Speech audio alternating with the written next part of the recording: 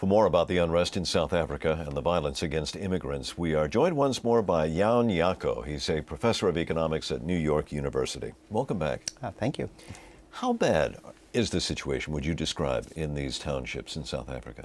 Okay, so I think it's important first to say to your viewers that South Africa is a very beautiful country. I mean, many of the cities, houses there, they look like California. The townships are where large numbers of blacks live.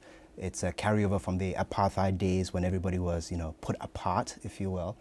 And yes, very crowded, problems with housing.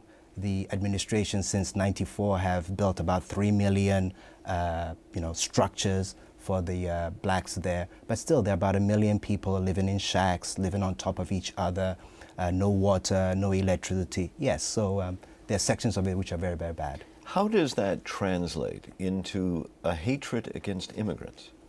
Yeah, so I think there you should understand that the unemployment rate in South Africa is very high.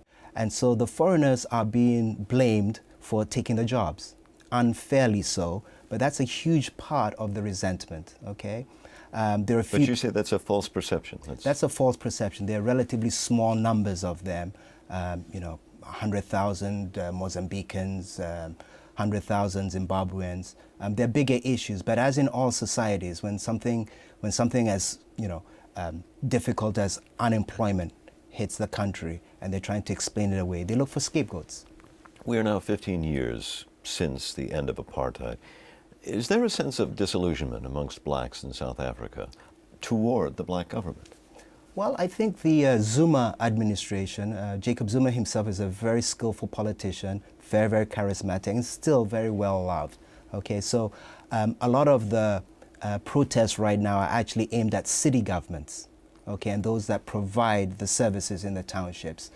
So far as I can tell, he still remains very, very popular in South Africa. And has the economic progress in South Africa been impacted by the global economic downturn? Oh, yes.